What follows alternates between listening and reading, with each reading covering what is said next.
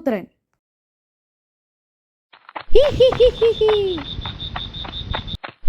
കള്ളൻ കള്ളൻ കള്ളൻ ഇറച്ചി കട്ടോടുന്നേ. ഒരു ചെന്നായ വിളിച്ചാലോ ഓരിയിട്ടു വരുന്നവനെ. കാട്ടുമുത്തപ്പ, ഒളിച്ചിരിക്കാൻ ഒരു സൂപ്പർ സ്ഥലം പറഞ്ഞതാ. അവിടെ ഒരു പാറയുണ്ട്, അതിന്റെ പിന്നിലെ മരപ്പൊത്ത് ഒളിക്കാൻ ബെസ്റ്റാ. Thank you. കള്ളനെ കിട്ടിയോ? ഹേയ്, അവൻ കാട് വിട്ടെന്ന് തോന്നുന്നു.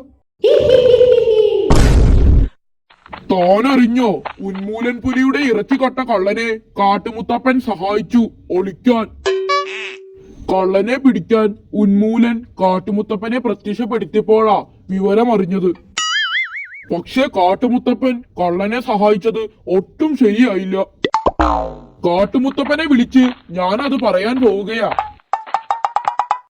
സഹായിച്ചാൽ എന്താ കുഴപ്പം? പ്രാർത്ഥിച്ചവരെ സഹായിക്കണം. ആര് വിളിച്ചാലും സഹായിക്കണമെന്ന് കാട്ടുമുത്തപ്പനോട് ഞാൻ പറയും. ഒരിക്കലും പാടില്ല.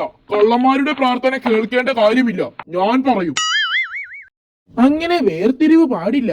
ആരെയും സഹായിക്കാം, ഞാൻ പറയും. ഹേയ്, അത് ശരിയല്ല. രാവിലെ മുതൽ 19 പേരായി വിളിച്ചു വരുത്തി അഭിപ്രായം പറയുന്നു. മടുത്തു.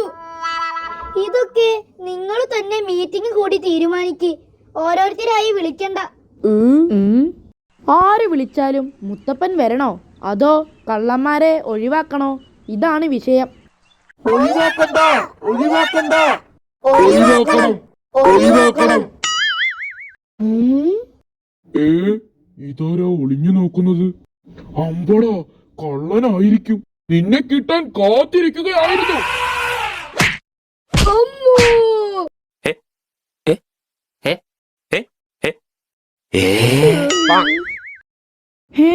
കാട്ടുമുത്തപ്പൻ മീറ്റിംഗിന്റെ തീരുമാനം അറിയാൻ നിന്നതാ. അതറിഞ്ഞിട്ട് വേണ്ടേ എനിക്ക് പ്രത്യക്ഷപ്പെടാൻ.